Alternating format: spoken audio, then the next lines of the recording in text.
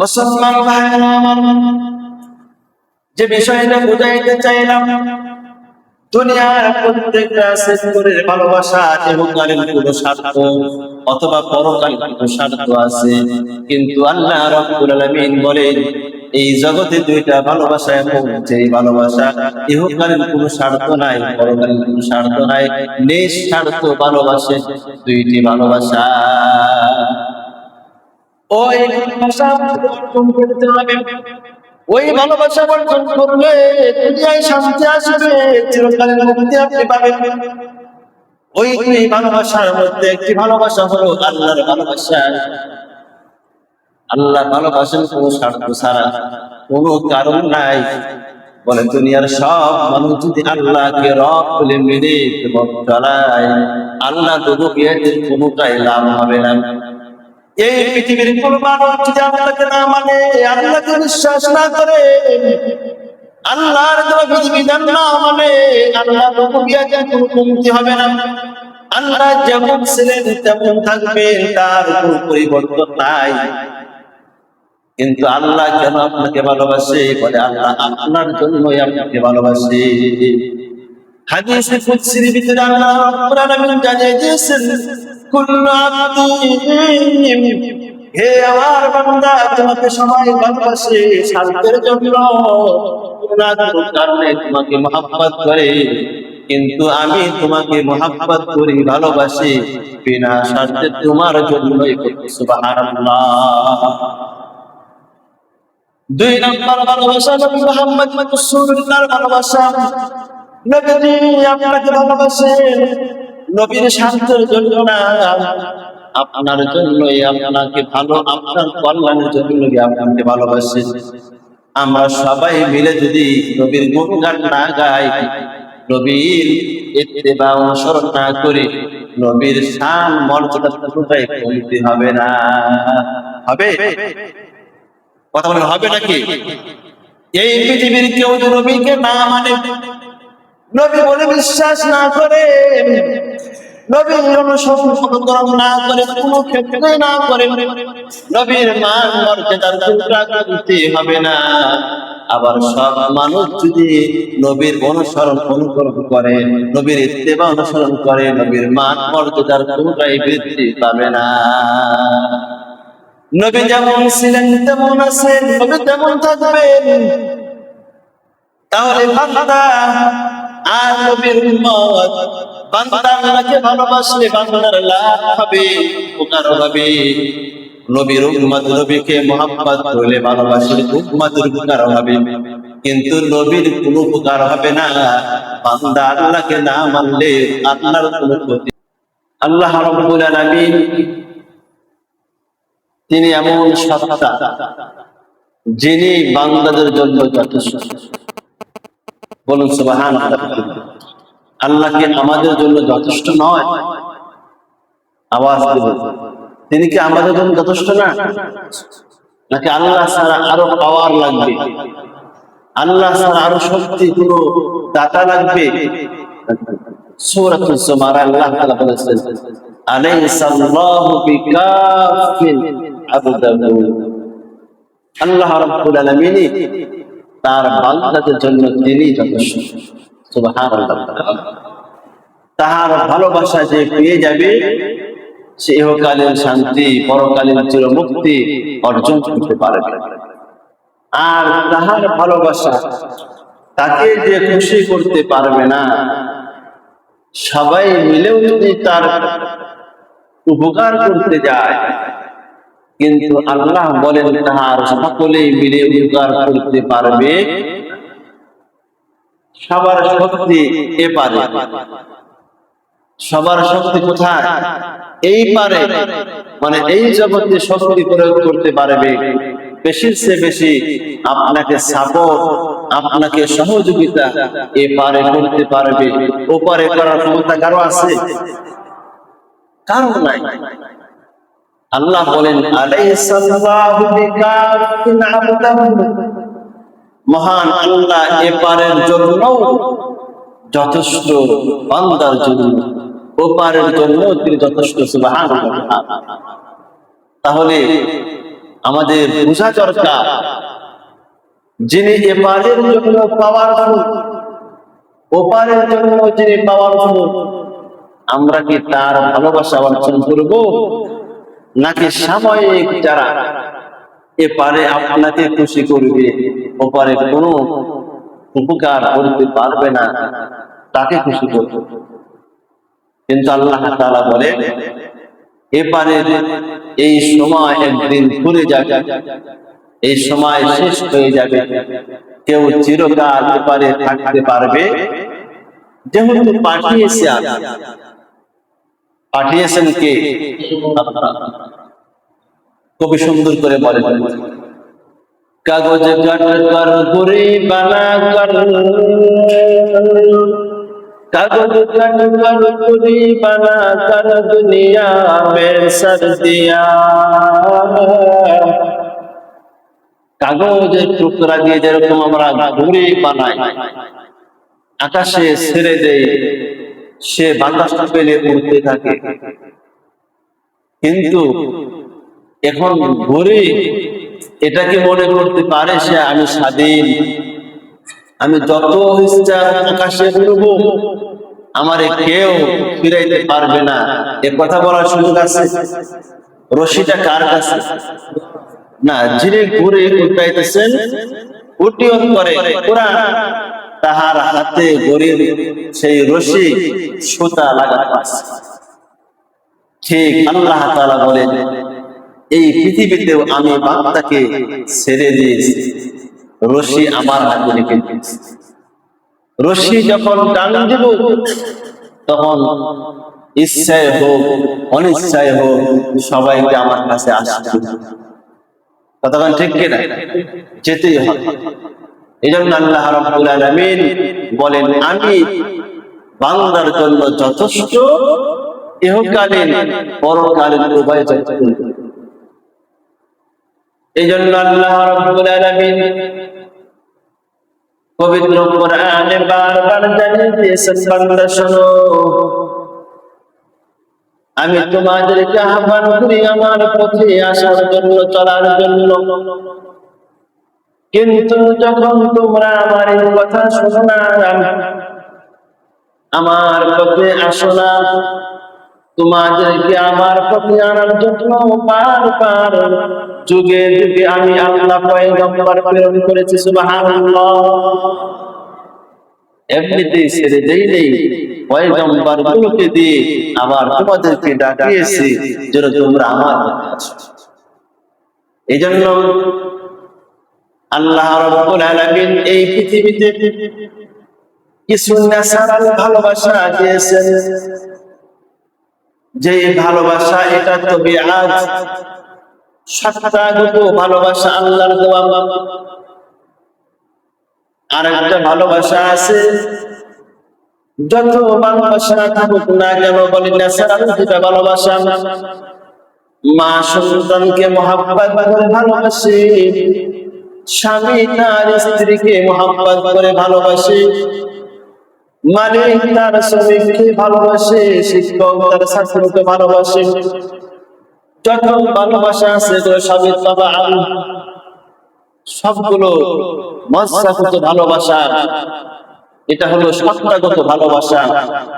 এটাও কিন্তু কোনো ব্যক্তির হাতে বানানো তৈরি নয়। এগুলো কে দিয়েছে? আল্লাহ দিয়েছে। আল্লাহ রাব্বুল আলামিন বলেন সন্তানের প্রতি যে মায়া আমি দিয়েছি, এজন্য সন্তান যদি বিকলাঙ্গ হয়, সন্তান যদি অন্ধ হয়, সন্তান যদি বধির হয়, কিন্তু মার অন্তরে সন্তানের প্রতি মহব্বত আছে। এই মহব্বতটা মা নিজস্ব দান করা না, বরং আল্লাহর দেওয়া মহব্বত মায়ের অন্তরে।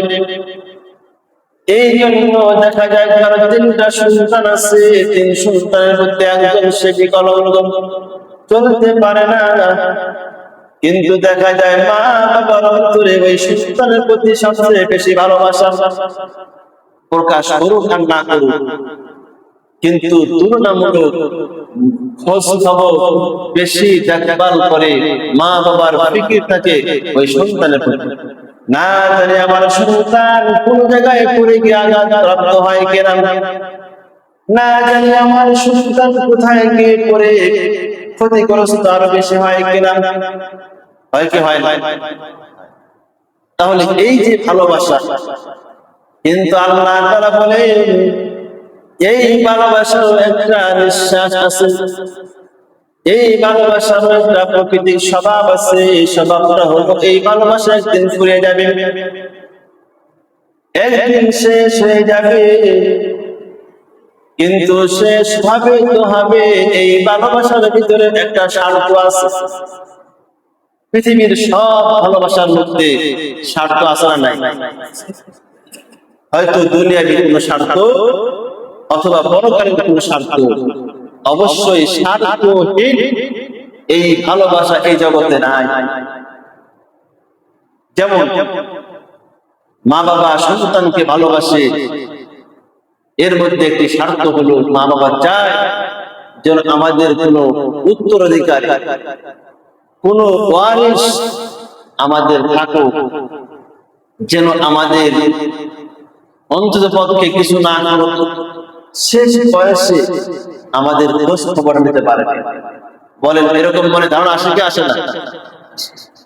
যদি শেষ বয়সে ধারণা সহযোগিতা নাও করে, অন্তত পক্ষে আমার সন্তান, আমার ওয়ারিস আমার জন্য আল্লাহর কাছে দোয়া করতে পারবে, এরকম আশা ইচ্ছা স্বার্থ আসা নাই। স্বামী তার স্ত্রীকে মহব্বত করে, এর মধ্যে একটি স্বামীর ভিতরে কাজ করে, আমি বাসায় থাকি না, যেন আমার বাসাটাকে, বাড়িটাকে সুন্দর করে দেখভাল করে, সুন্দর করে গুছিয়ে রাখতে পারে, যেন আমার পরিবর্তে আমার স্ত্রী যেন আমার বাড়িটাকে সুন্দর করে দেখাশোনা করে, অথবা আমার সন্তানদেরকে মায়ের মমতা দিয়ে, ভালোবাসা, সুহাগ দিয়ে যেন এই সন্তানগুলোকে গড়ে তুলতে পারে। এই জন্যই স্বামী তার স্ত্রীকে মহব্বত। কথাকে আমার বুঝতেছেন? অবশ্যই কোনো না কোনো কারণ আছে যে কারণে কেউ কাউরে ভালোবাসে। স্ত্রী লক্ষ্য করে স্বামীকে মহব্বত স্ত্রী কেন করে, অনেকগুলো কারণ। এর মধ্যে একটি কারণ এও হতে পারে স্ত্রী মনে মনে ভাবে যে আমার মাথার উপরে আশ্রয় দেওয়ার একটি বট বৃক্ষের মতো, ছায়া দেওয়ার মতো আমার স্বামী যেন থাকে, যে আমার আপদে বিপদে, আমার সুখে দুঃখে সর্ব অবস্থায় যেন আমার পাশে থাকতে পারে, এই কামনায় সে তার স্বামীকে মহব্বত। কথা বলেন ঠিক না? শুধু এমনি স্বামীকে স্ত্রী মহব্বত করবে কোনো কারণ ছাড়া এই পৃথিবীতে কোনো নজির।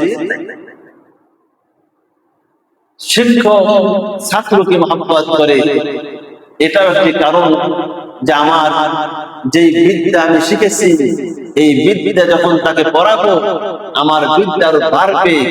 এই জন্যই তো শিক্ষকতা করা হয়, ছাত্রকে পড়াশোনা দেওয়া হয়, যেন তার ওসিলায় আমি যেন পরবর্তী সময় বলতে পারে অমুক শিক্ষক নাম বা মাস শেষে একটি বিনিময় তার কাছ থেকে পাওয়ার আশায় ছাত্রকে শিক্ষক মহব্বত করে।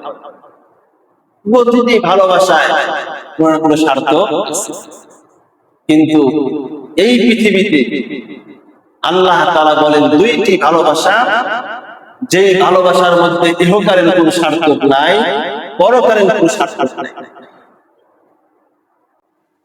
মুসলমান ভাইরা আমার, যে বিষয়টা বুঝাইতে চাইলাম, দুনিয়ার প্রত্যেকটা সেক্টরের ভালোবাসা ইহকালীন কোনো স্বার্থ অথবা পরকালীন কোনো স্বার্থ আছে, কিন্তু আল্লাহ রাব্বুল আলামিন বলেন এই জগতে দুইটা ভালোবাসা এমন, যে ভালোবাসা ইহকালীন কোনো স্বার্থ নাই, পরকালীন কোনো স্বার্থ নাই, নিঃস্বার্থ ভালোবাসে দুইটি ভালোবাসা। ওই ভালোবাসা অর্জন করতে হবে। ওই ভালোবাসা অর্জন করলে দুনিয়ায় শান্তি আসবে, চিরকালের মুক্তি আপনি পাবেন। ওই ভালোবাসার মধ্যে একটি ভালোবাসা হলো আল্লাহর ভালোবাসা। আল্লাহ ভালোবাসেন কোনো স্বার্থ ছাড়া, কোনো কারণ নাই। বলে দুনিয়ার সব মানুষ যদি আল্লাহকে রব বলে মেনে পথ চালায়, আল্লাহ রুবুবিয়্যতের কোনোটাই লাভ হবে না। এই পৃথিবীর কোনো মানুষ যদি আল্লাহকে না মানে, আল্লাহকে বিশ্বাস না করে, আল্লাহর বিধিবিধান না মানে, আল্লাহ রুবুবিয়্যতের কোনো কমতি হবে না। আল্লাহ যেমন ছিলেন তেমন থাকবে, তার কোনো পরিবর্তন নাই। কিন্তু আল্লাহ কেন আপনাকে ভালোবাসে? বলে আল্লাহ আপনার জন্যই আপনাকে ভালোবাসে। হাদিসে কুদসির ভিতরে আল্লাহ রাব্বুল আলামিন জানিয়ে দিয়েছেন, কুল্লু আবদি, হে আমার বান্দা, তোমাকে সবাই ভালোবাসে স্বার্থের জন্য, না কোনো কারণে তোমাকে মহব্বত করে। কিন্তু আমি তোমাকে মহব্বত করি, ভালোবাসি বিনা স্বার্থে তোমার জন্যই। সুবহানাল্লাহ। দুই নম্বর ভালোবাসা নবী মুহাম্মদ রাসূলুল্লাহর ভালোবাসা। নবীজি আপনাকে ভালোবাসেন নবীর স্বার্থের জন্য না, আপনার জন্যই। আপনাকে ভালো, আপনার কল্যাণের জন্য নবী আপনাকে ভালোবাসেন। আমরা সবাই মিলে যদি নবীর গুণগান না গাই, নবীর ইত্তেবা অনুসরণ না করি, নবীর শান মর্যাদা কোথায় কমতি হবে না? হবে? কথা বলেন, হবে নাকি? এই পৃথিবীর কেউ নবীকে না মানে, নবী বলে বিশ্বাস না করে, নবীর অনুসরণ না করে, কোনো ক্ষেত্রে না করে, নবীর মান মর্যাদার পুনরাবৃত্তি হবে না। আবার সব মানুষ যদি নবীর অনুসরণ অনুকরণ করে, নবীর ইত্তেবা অনুসরণ করে, নবীর মান মর্যাদার কোনটাই বৃদ্ধি পাবে না। নবী যেমন ছিলেন তেমন আছেন, নবী তেমন থাকবেন। তাহলে বান্দা আর নবীর উম্মত, বান্দা আল্লাহকে ভালোবাসলে বান্দার লাভ হবে, উপকার হবে। নবীর উম্মত নবীকে মুহাব্বত করলে ভালোবাসলে উম্মতের উপকার হবে। কিন্তু নবীর কোনো উপকার হবে না, বান্দা আল্লাহকে না মানলে আল্লাহর কোনো ক্ষতি আসবে না। কিন্তু আল্লাহ রাব্বুল আলামিন বলেন, তাহলে তুই যে ভালোবাসার ছাড়া যে ভালোবাসার মধ্যে কোনো স্বার্থ নাই, আল্লাহ তাআলা আরো সামনে নজর রাখলেন, দেখো বান্দা, পৃথিবীর ভালোবাসা যে এই ভালোবাসার সাথে আল্লাহর ভালোবাসার পার্থক্য আছে, মাখলুকের ভালোবাসা আর স্রষ্টার ভালোবাসার পার্থক্য আছে। মনে রাখতে হবে, মাখলুকের ভালোবাসা এক নাম্বার পার্থক্য হলো, আল্লাহ রাব্বুল আলামিন বলেন, মানুষের ভালোবাসা এর সর্বশেষ পরিণতি, সর্বশেষ প্রতিফল হবে এই ভালোবাসা একদিন বিলীন হয়ে যাবে, ভালোবাসা বিচ্ছেদ হয়ে যাবে। ভালোবাসা কখনো তাকে চিরকাল বিলীন করে দিবে না, এই ভালোবাসা একদিন শেষ হয়ে যাবে। হবে কি হবে না? আল্লাহ রাব্বুল আলামিন বলেন, কেউ যদি আমি আল্লাহকে ভালোবাসে, আমার হাবিবকে ভালোবাসে, এই ভালোবাসার বিচ্ছেদ হবে না। আল্লাহর প্রতি ভালোবাসার সর্বশেষ পরিণতি হলো বান্দা আল্লাহর সঙ্গে মিলিত হবে, সাক্ষাৎ হবে। সুবহানাল্লাহ। আজ মা সন্তানকে ভালোবাসে, স্বামী স্ত্রীকে ভালোবাসে, শিক্ষক ছাত্রকে ভালোবাসে, নেতা কর্মীকে ভালোবাসে, এই ভালোবাসার একদিন বিচ্ছেদ হবে, শেষ পরিণতি। যে যাকে ভালোবাসে তাকে হারাইতে হবে, চিরকাল মিলাইতে রাখতে পারবে না। আল্লাহ বলেন, মিলাইতে পারবে না যে জিনিসের মাধ্যমে, তার নাম হলো মরণ।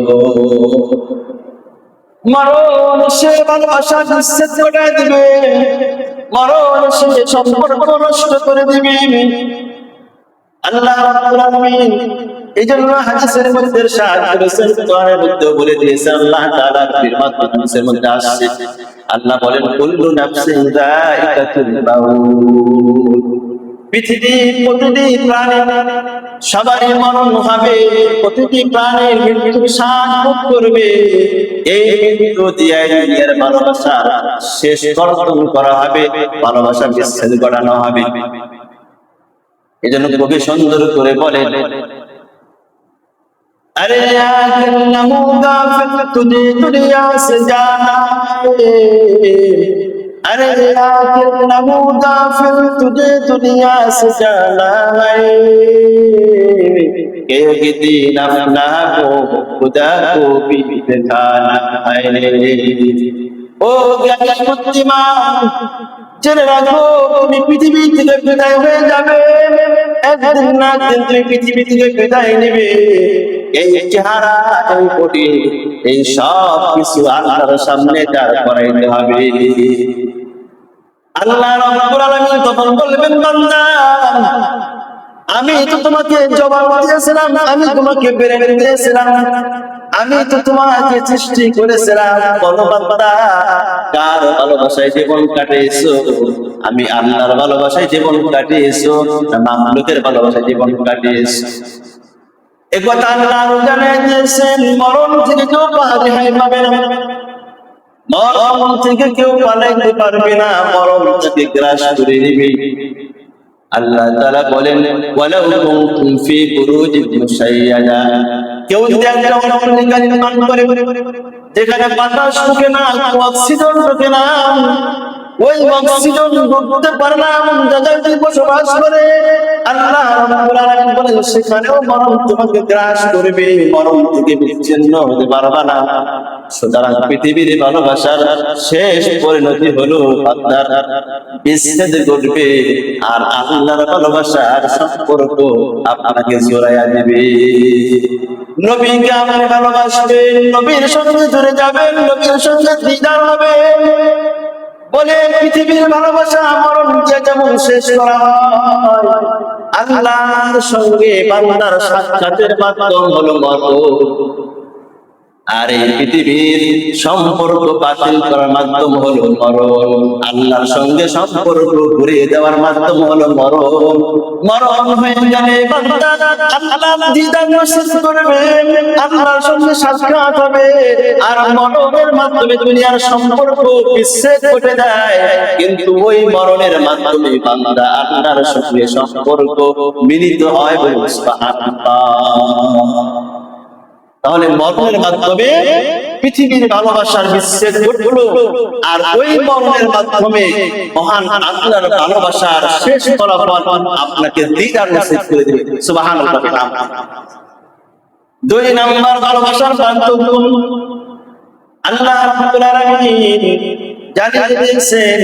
দুই নাম্বার ভালোবাসার পার্থক্য দেখছো, কেউ যখন কাউকে ভালোবাসে, আপনি যখন কাউকে ভালোবাসবেন, আপনার এই ভালোবাসাটা কেউ না কেউ সহ্য করতে পারে না। কথা বলেন ঠিক কিনা? কেউ না কেউ সহ্য করতে পারবে না। আপনি যখন কাউকে ভালোবাসেন, এই ভালোবাসাটা যে কোনো একজন এটার হিংসা করবে, সহ্য করতে পারবে না। আপনি কেন তাকে ভালোবাসলেন? এমন তো হতে পারে সে যখন বলবে না তুমি তাকে ভালোবাসতে পারবে না, তুমি তাকে ভালোবাসো না, আমি তাকে ভালোবাসি, তুমি ভালোবাসা বিসর্জন দিয়ে দাও, সাবধান, সাবধান গায়ো না। কিন্তু আল্লাহ রাব্বুল আলামিনের ভালোবাসা এমন, যখন কোন বান্দা আল্লাহকে ভালোবাসে, যত লোক আল্লাহকে ভালোবাসবে, এই যত লোক আল্লাহকে ভালোবাসবে, একজন অপরজনের মধ্যে কোনো হিংসা করে না। আপনি কখনো বলেন নাই, ও আব্দুল্লাহ তুমি কেন আল্লাহকে ভালোবাসবে না? আব্দুল্লাহ তুমি ভালোবাসতে পারো না, আমি আল্লাহকে ভালোবাসি, আমি ভালোবাসবো। যেমন শুনছেন নাকি? শুনছেন? বরং যত মানুষ আল্লাহকে ভালোবাসবে, প্রত্যেকের ভিতরে মিল মহাব্বত আল্লাহ তৈরি করে দেয়। কিন্তু দুনিয়ার ভালোবাসা, আপনি যখন কাউকে ভালোবাসলেন, এই ভালোবাসার প্রতিবন্ধক আরেকজন হিংসা করবে, সাবধান, তুমি ভালোবাসতে পারবে না। আরে আমাদের দেশে তো ভাই ভাই সন্তানদের মধ্যে বাবাকে যে বেশি ভালোবাসে, এমনও তো হয়েছে যেই সন্তান বাবাকে বেশি ভালোবাসে, আবার যেই বাবা সন্তানকে বেশি ভালোবাসে, ওই সন্তানকে পৃথিবীর থেকে তার ভাইয়েরা বিদায় করে দিয়েছে। হয়েছে হয় নাই? তার মানে এই দেশে পৃথিবীর ভালোবাসা, এর মধ্যে হিংসা তৈরি হয়, কিন্তু আল্লাহর ভালোবাসার মধ্যে কোনো হিংসা তৈরি হয় না। 3 নাম্বার পার্থক্য, যখন কোন বান্দা আল্লাহকে ভালোবাসে, আল্লাহ রাব্বুল আলামিন তার ভালোবাসায় এখন প্রকাশ করে দেন। কিন্তু পৃথিবীর ভালোবাসা এমন আছে, আপনি যখন ভালোবাসবেন, এই ভালোবাসাটা আপনি ভালোবাসছেন, এই ভালোবাসাটা সহ্য কেউ করতে পারে না। আপনার প্রিয় তোমাকে আরেকজন ভালোবাসলো, সহ্য করতে পারে? আপনি কাউকে ভালোবাসছেন, এই ভালোবাসার ভিতরে আরেকজনের হাত, আরেকজনের দখল, এটা কেউ সহ্য করতে পারে না। বরং এই কথা বলে, যদি ভালোবাসো আমাকে ভালোবাসতে হবে, অন্য কাউকে ভালোবাসতে পারবা না। কিন্তু আল্লাহ রাব্বুল আলামিন তার ভালোবাসার মূল্যটা কেমন? আল্লাহ যখন কাউকে ভালোবাসেন, সঙ্গে সঙ্গে জিবরাইল আমিনকে ডেকে বলে, ও জিবরাইল, আমি অমুক গ্রামের অমুক দেশের অমুককে ভালোবাসি, সুতরাং তোমরাও তাকে ভালোবাসো। হযরত জিবরাইল আলাইহিস সালাম আসমানের সকল ফেরেশতাদেরকে বলে, ও ফেরেশতারা,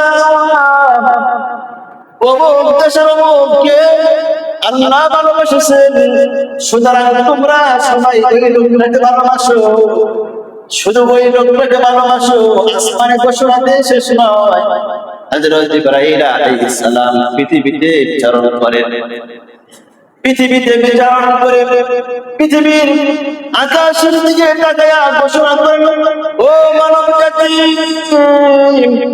তোমাদের দেশে তোমাদের অমুক লোকটাকে আল্লাহ ভালোবাসে, ফেরেশতারাও ভালোবাসে, সুতরাং তোমরাও তাকে ভালোবাসো, তাকে মহব্বত করো। সুবহানাল্লাহ। যদিও আমরা এই কান দিয়ে তার ঘোষণা শুনতে পারি না, কিন্তু আপনার আমার কান না শুনলে কি হবে? বিবেক নামক অন্তরটা থেকে শুনতে পায়। এজন্য আল্লাহ রাব্বুল আলামিন তার নবীর মাধ্যমে জানাই দিয়েছেন, যখন কোনো বান্দাকে আল্লাহ ভালোবাসে, ওই ব্যক্তির অবস্থান মর্যাদা সবার সামনে তুলে ধরেন। এই জন্য সকলেই তাকে মহব্বত করে। অনেক সময় আমাদের এলাকার অনেক লোক, তার জোশ খ্যাতি নাম অনেক আছে, আপনি সারা জীবন তার বিরুদ্ধে ছিলেন, কিন্তু হাজারো মানুষ তার কাছে আসে। এমন একদিন আসছে, আপনার সেই বিবেককে আল্লাহ ঘুরিয়ে দিয়েছে, আপনিও তার মহব্বতের লোক হয়ে গেছে। হয় কি হয় না? তার মানে আল্লাহ চান শুধু আমি তোমাকে ভালোবাসি এমন নয়, বরং তুমি আমাকে ভালোবাসো আর আমি তোমাকে ভালোবাসি। তোমাকে যেন শুধু আমি নয়, গোটা আসমানবাসী, জমিনবাসী, সকল সৃষ্টি জীব তোমাকে ভালোবাসো, এটা আমি আল্লাহ চাই। সুবহানাল্লাহ। তাহলে আল্লাহর ভালোবাসা কেমন? আমি গত জুমায় বলেছিলাম, আল্লাহর ভালোবাসা শুধু মুখে বললে হবে না। আল্লাহ রাব্বুল আলামিন কোরআন কারীমের মধ্যে ইরশাদ করে দিয়েছেন, আল্লাহ কাদেরকে ভালোবাসেন। এবার এখন আমাদের সিদ্ধান্ত নেওয়া দরকার, আমরা কাকে ভালোবাসি, কারে খুশি করে কাকে খুশি করব, কাকে বেজার করে কারে খুশি করব। আল্লাহ বলেছেন, আল্লাহ তাআলা ইহকালীন পরকালীন দুনো জগতের জন্য আল্লাহ বান্দাদের যথেষ্ট। আজ আমরা কিসের জন্য, দুনিয়ার ছাই তালাবের জন্য কার পিছে ছুটে যাব, কারে খুশি করব? মনে রাখতে হবে, সকল মানুষ খুশি করলেন, আল্লাহকে বেজার করলেন, বিনিময়ে জিরো। কথাটা ঠিক কিনা? আর সবাই আপনার দুশমন, সকলে আপনার বিরুদ্ধে চলে গেছে, আল্লাহ আপনার সাথে আছে, আপনার কোনো ভয় নাই। এজন্য আল্লাহ রাব্বুল আলামিন যে আয়াতটি কারিমা তেলাওয়াত করেছি, আয়াতের মধ্যে আল্লাহ বললেন, আলা ইন্না আউলিয়া আল্লাহ লা খাউফুন আলাইহিম ওয়া লা হুম ইয়াহজানুন। এ পৃথিবীর মানুষ, আল্লাহর কালাম খুলে শোনো, ইন্না আউলিয়া আল্লাহ, যারা আমার বন্ধু হবে, আমার ওলি হবে, তাদের কোনো ভয় নাই, কোনো পেরেশানি নাই, চিন্তা নাই, তাদের কোনো সমস্যা নাই। সুবহানাল্লাহ। দুনিয়ার জগতে কোনো ভয় থাকবে না, পরকালের জগতে কোনো ভয় থাকবে না। আল্লাহ রাব্বুল আলামিন তার বন্ধুদেরকে সাহায্য করবেন, সহযোগিতা করবেন। এজন্য আল্লাহর বন্ধু হওয়া এটাই হলো সবচেয়ে আমাদের মূল কাজ। কি হওয়া? আল্লাহর বন্ধু হওয়া। আল্লাহর বন্ধুকে কেমনে আল্লাহর বন্ধু হব? আল্লাহ রাব্বুল আলামিন বলেছেন, والذين آمنوا وكانوا يتقون।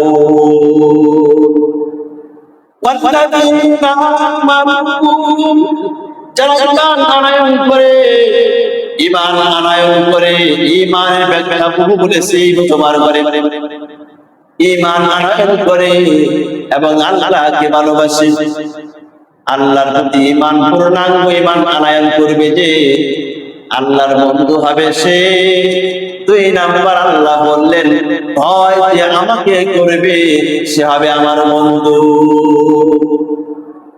আল্লাহ রাব্বুল আলামিন কোরআন কারীমের ভিতরে আরো ইরশাদ করেছেন, ইন্নাল্লাহা ইউহিব্বুল মুহসিনিন, নিশ্চয় আল্লাহ ইহসানকারী, অনুগ্রহকারী যারা তাদেরকে ভালোবাসেন। আপনি ইহসান করবেন, আপনাকে আল্লাহ ভালোবাসবেন, আপনি আল্লাহর বন্ধু হয়ে যাবেন। আপনি কারো ক্ষতি করবেন, মনে রাখবেন, হাজি হন না কেন, গাজী হন না কেন, ক্ষতি আপনি করলে কখনো আল্লাহর বন্ধু হতে পারবেন না। এই জন্য আল্লাহ রাব্বুল আলামিন তার বন্ধুর পরিচয় তুলে ধরলেন। 1 নাম্বার, যে আমার প্রতি ঈমান আনয়ন করবে সে আমার বন্ধু। 2 নাম্বার, যে আমি আল্লাহকে ভয় করবে যে আমার বন্ধু। 3 নাম্বার আল্লাহ বলেন যে অনুগ্রহ করবে, বান্দাদের প্রতি অনুগ্রহ করবে, সৃষ্টি জীবের প্রতি অনুগ্রহ করবে, সে আমার বন্ধু হয়ে যাবে। আর যদি কেউ সৃষ্টি জীবের উপর জুলুম করে, অত্যাচার করে, সে কখনো বন্ধু হতে পারে না। এরপর আল্লাহ রাব্বুল আলামিন সূরাতুল মায়েদার মধ্যে ইরশাদ করেছেন, ইন্নাল্লাহা ইউহিব্বুল মুকসিতিন, আল্লাহ যারা ইনসাফকারীদেরকে পছন্দ করেন। ইনসাফকার যারা, ইনসাফকারী যারা, যারা সমাজে ইনসাফ করবে, রাষ্ট্রের মধ্যে ইনসাফ করবে, বিচারের মধ্যে ইনসাফ করবে, জুলুম করবে না, অত্যাচার করবে না, কারো টাকা দিয়ে গন্তব্য করে দিবে না, এমন যারা হবে, ওই সেক্টরে যারা, তারাও আল্লাহর বন্ধু হতে পারবে। সুবহানাল্লাহ। এজন্য জুলুম করা যাবে না, ইনসাফ করতে হবে। ইনসাফ করতে পারলে আপনি আল্লাহর বন্ধু হবেন, জুলুম করলে কখনো বন্ধু হতে পারবেন না। এবার আমি আপনাদের সামনে একটা প্রশ্ন করতে চাই, এই গোটা দেহটা কার দেওয়া আমানত? কার দেওয়া আমানত? আল্লাহর দেওয়া আমানত নিয়ে আপনি যখন এই দেহের উপর জুলুম করবেন, দুনিয়া আদায় করার জন্য, স্বার্থ আদায় করার জন্য, কিয়ামতের ময়দানে আল্লাহ আপনাকে জবাবদিহি করবেন, বান্দা আমার দেহ, আমার দেওয়া আমানত নিয়ে তুমি দুনিয়ার স্বার্থের জন্য নষ্ট করেছিলা, জবাব দাও। আর আপনি আল্লাহর দেওয়া আমানত নিয়ে আল্লাহর দ্বীনের জন্য, আল্লাহর বিধিবিধান বাস্তবায়ন করার জন্য, আল্লাহর জমিনে আল্লাহর দ্বীন কায়েম করার জন্য আপনি জীবন চলে যান, একটা হাত ভেঙে ফেলেছেন, কাঁধ ভেঙে ফেলেছেন, একটা অঙ্গহানি করে ফেলেছেন, আল্লাহ বলবেন, বান্দারে এই হাতটা কোথায় গেল, এই দেহটা কোথায় গেল, এই মস্তক কোথায় গেল? আয় আল্লাহ, তোমার দ্বীন কায়েমের জন্য হাত দিয়েছি, আয় আল্লাহ, তোমার দ্বীন কায়েম করার জন্য জালেমদের জুলুমের শিকার হয়ে তখন শহীদ করে দিয়েছি। আল্লাহ বলবেন, আসো বান্দা আসো, তোমাকে আমি আল্লাহ পুরস্কার দিলাম জান্নাত। সুবহানাল্লাহ। এজন্য আপনি যদি দুনিয়ার স্বার্থের জন্য, দুনিয়ার মহব্বতের জন্য আল্লাহর দেওয়া এই আমানতকে আপনি নষ্ট করেন, কিয়ামতের ময়দানে জবাব দিতে হবে। এইজন্য হাদিসের মাধ্যমে আসছে আল জাসাদু লিহাক্কি, তোমার দেহের মধ্যে একটা অধিকার আছে, হক আছে, শুধু চাইলেই দেহ দিয়ে কাজ করাবেন, দেহকে খাবার দিবেন না, পুষ্টিকর কোন খাবার দিবেন না, ধ্বংস করে দিবেন, এর জন্য জবাবদিহি করতে হবে। সূরা তাহার মধ্যে আল্লাহ বলছে মা আনসালনা আলাইকাল কুরআন লিতাশকা, হে নবী আপনার উপর কোরআন নাযিল করি নাই কষ্ট দেওয়ার জন্য। কেন? নবীজি মজা পাইতে পাইতে কোরআন পড়ে, সারা রাত নফল নামাজে কোরআন তেলাওয়াত করে পা ফুলে গিয়েছে। তখন আল্লাহ এই আয়াত অবতীর্ণ করলেন মা আনসালনা আলাইকাল কুরআন লিতাশকা, হে নবী কোরআন তো আপনাকে কষ্ট দেওয়ার জন্য অবতীর্ণ করি। কেন আপনি কষ্ট দিবেন? আপনার দেহের একটা হক আছে, হক আদায় করুন মুহতারাম হাজিরিন। এই জন্য ভালো কাকে বাসবো? কাকে ভালোবাসবো? বলুন কাকে ভালোবাসবো? আল্লাহর বন্ধু হবো কি হবো না? সর্বশেষ এই বিষয়ে অনেকগুলো জুমায় আল্লাহ চাহে তো আলোচনা করবে ইনশাআল্লাহ ধারাবাহিকভাবে। বাকি যে বিষয়টা আজকে আমি সর্বশেষ বলতে চাই, আল্লাহর যারা বন্ধু হবে তাদের কোনো ভয় নাই, আল্লাহর যারা বন্ধু হবে তাদের কোনো পেরেশানি নাই। হাদিসে কুদসি, কোরআন হাদিস আগামী থেকে বলবো ধারাবাহিকভাবে, কিন্তু হাদিসে কুদসি রেফারেন্সটা আপনাদের সম্মুখে আগে ধরার চেষ্টা করতেছি। হাদিসে কুদসির মধ্যে আল্লাহ বলছে যারা তিনটা কাজ করবে, কমপক্ষে কয় কাজ? তিন কাজ যারা করবে তারা আমার বন্ধু। তারা কি? আল্লাহর বন্ধু। কয় কাজ? আমরা কেন আল্লাহর দুশমনকে আমরা ভালোবাসবো? বলে ভালোবাসবো। আল্লাহর দুশমনকে কখনো আল্লাহর বন্ধু ভালোবাসবে পারে না। তিনটা কাজ করলে আল্লাহর বন্ধু হবেন। এর মধ্যে এক, আল্লাহ বলেন as-salatu was-sawm wa ghuslul janaba, এক নাম্বার হলো নামাজ। এক নাম্বার কি? এক নাম্বার নামাজ পড়বে আল্লাহর বন্ধু। দুই নাম্বার নবীর মাধ্যমে আল্লাহ বলেছেন ওয়াস-সাওম, রমজানের রোজা যে রাখবে সে আল্লাহর বন্ধু হবে। তিন নাম্বার আল্লাহ বলেন ওয়া গসলুল জানাবা, ফরজ গোসল হইবে, পবিত্রতা অর্জন করবে, শরীর পবিত্র রাখবে, অপবিত্র রাখবে না। তাহলে এক নাম্বার নামাজ যে পড়বে সে আল্লাহর বন্ধু, রোজা যে রাখবে সে আল্লাহর বন্ধু। এরপরে আল্লাহ বললেন যে পবিত্রতা অর্জন করবে সে আল্লাহর বন্ধু। ও মুসলমান, নামাজ পড়েন না, নামাজ যাওয়ার মানে আপনার শরীরে তো জ্বালা শুরু হয়ে যায়। নামাজ পড়েন না কেমন আল্লাহর বন্ধু? আল্লাহ বলে তিন কাজ যারা করবে, নামাজ যারা পড়বে, রোজা যারা রাখবে, পবিত্রতা অর্জন করবে, তারা আমার বন্ধু। আর যারা এই তিন কাজ করবে না, নামাজ পড়লো না, রোজা রাখলো না, পবিত্রতা অর্জন করলো না, আল্লাহ বলেন ফাকানা কুফি হাক্কা, সে আমার প্রকৃত দুশমন, প্রকৃত শত্রু। আজ আমি আপনাদের সামনে এই মেসেজটা দেওয়ার উদ্দেশ্য হলো আমরা কি আল্লাহর বন্ধু হব? নামাজ ছেড়ে দিয়ে বন্ধু হওয়া যায়? তাই নাকি? নামাজ ছেড়ে দিয়ে বন্ধু হওয়া যাবে না। নামাজ আপনি পড়েন না, এখন বন্ধু হতে পারেন, আপনি এখন দুশমন। এমন অবস্থায় আপনার মৃত্যু হয়ে গেলে কাবা শরীফের ইমাম নামাজ পড়াইলে আপনি জাহান্নামী নিঃসন্দেহে কোনো সত্য নাই। আপনি রোজা রাখেন না, পবিত্রতা অর্জন করেন না, রাত্রিবেলা গোসল ফরজ হয়েছে, আপনি গোসল না করে দোকান করান, গোসল না করে কাজকর্ম করতেছেন, গোসল না করে আপনি বিভিন্ন কাজে লিপ্ত আছেন, আপনি নাপাক, অপবিত্র, আপনি আল্লাহর দুশমন। আর এই অবস্থায় মৃত্যু হয়ে গেলে আপনি নিঃসন্দেহে জাহান্নামী। আর আল্লাহর বন্ধু অবস্থায় আপনার মৃত্যু হলে আপনি জান্নাতি। আমরা কোনটা করব? আল্লাহর দুশমন হব? সর্বশেষ এই কথাই তার উদ্দেশ্য আমার মুসল্লি ভাইদের কাছে আমার প্রশ্ন, আমরা কি করব? সর্বোপরি কথা হলো তওবার সুযোগ আছে, এখনো হায়াত আছে, তওবা করুন, মাফ পেয়ে যাবেন। আল্লাহ সকলকে আমল করার তৌফিক দান করুন। যারা